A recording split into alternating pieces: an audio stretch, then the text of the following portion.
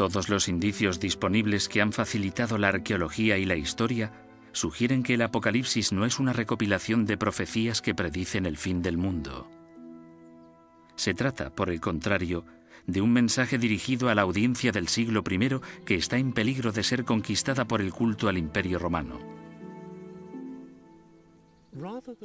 En lugar de imaginar a Juan sentado en la isla, contemplando el oscuro y lejano futuro, en lugar de verle como un clarividente estudiando una bola de cristal, tal vez deberíamos imaginarle sentado en la isla con la vista perdida en el mar.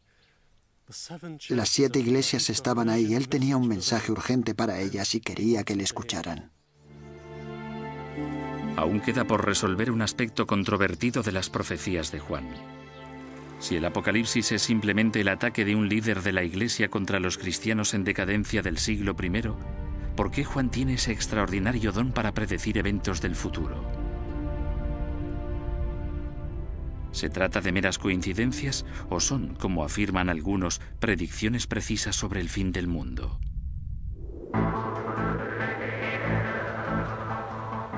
La lista de las supuestas predicciones de Juan es impresionante. El Apocalipsis habla de un cambio climático drástico, de la sequía de los mares y de un calor insoportable.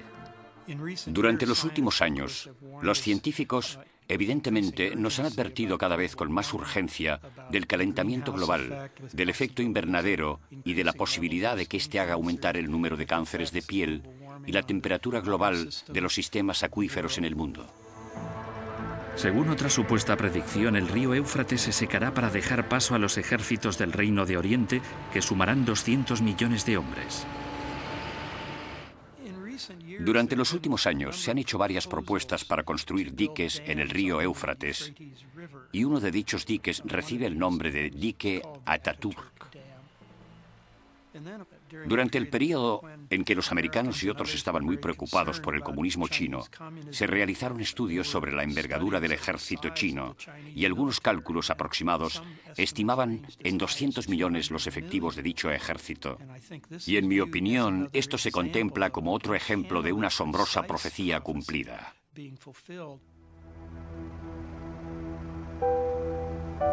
Quizás la más escalofriante de todas sea la revelación según la cual una gran estrella, llamada Amargura, caerá del cielo y amargará las aguas de los ríos y matará a muchas personas.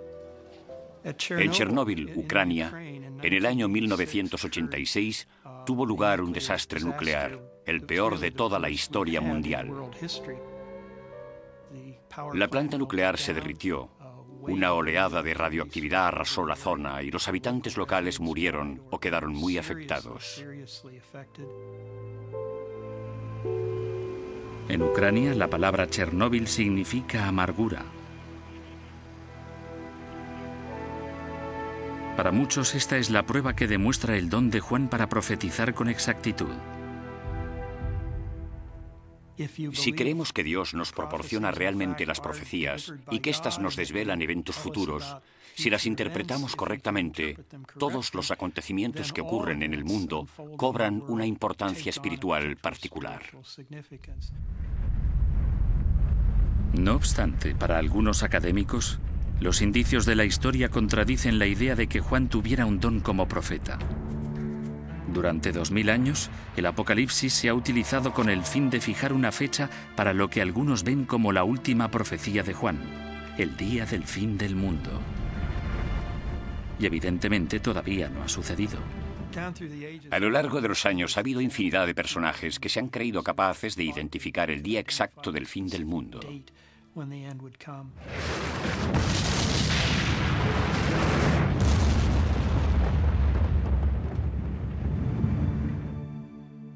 El año 1000 en Europa, el siglo XIX, 1843, el año 1666, 1987 y evidentemente el año 2000.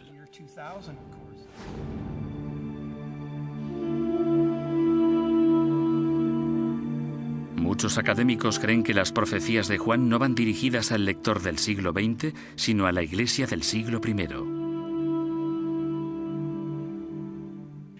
Juan dice a la audiencia que lo que está narrando son acontecimientos que ocurrirán en breve. Esta afirmación la encontramos al principio del libro, en el primer verso, y también en el último capítulo. Por tanto, Juan creía que estaba viviendo los momentos culminantes de la historia. En mi opinión, Juan estaría sorprendido si viera que hablamos de su libro hoy en día.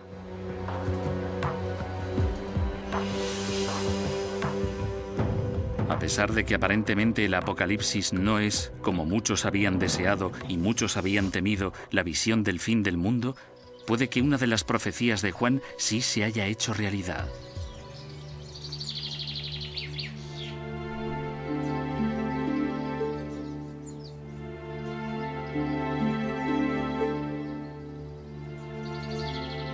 En las ruinas de Éfeso se encontraron estatuas caídas, estatuas del emperador Augusto y su esposa Livia. Las habían destrozado. Habían marcado al dios pagano imperial con el símbolo de la cruz. Una de las predicciones de Juan se había hecho realidad definitivamente. Un acontecimiento que cambió el mundo para siempre.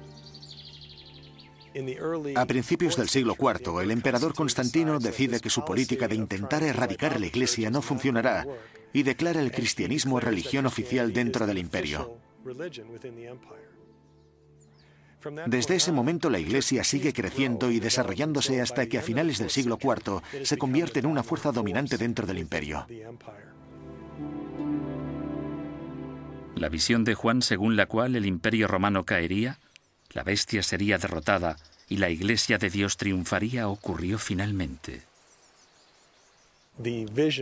La visión proporcionada por el autor del Apocalipsis de una Roma caída y de la destrucción de los gloriosos edificios, cuyas ruinas aún podemos contemplar, supone de algún modo el cumplimiento de lo que Juan esperaba que pasara.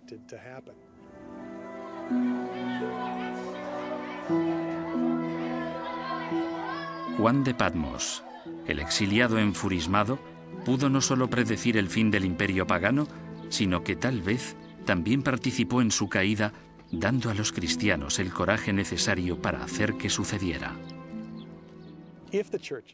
Si la gloria que ofrecía Roma hubiera seducido a las iglesias, es muy probable que la Iglesia no hubiera sobrevivido. No hay ningún motivo para creer que un pequeño grupo minoritario habría sido capaz de perseverar si no hubieran tenido la fe para levantarse y resistir las tentaciones y las amenazas del imperio. A pesar de que muchos seguirán encontrando esperanza e inspiración en sus palabras, tal vez el verdadero significado del Apocalipsis deba buscarse en el pasado más que en el futuro.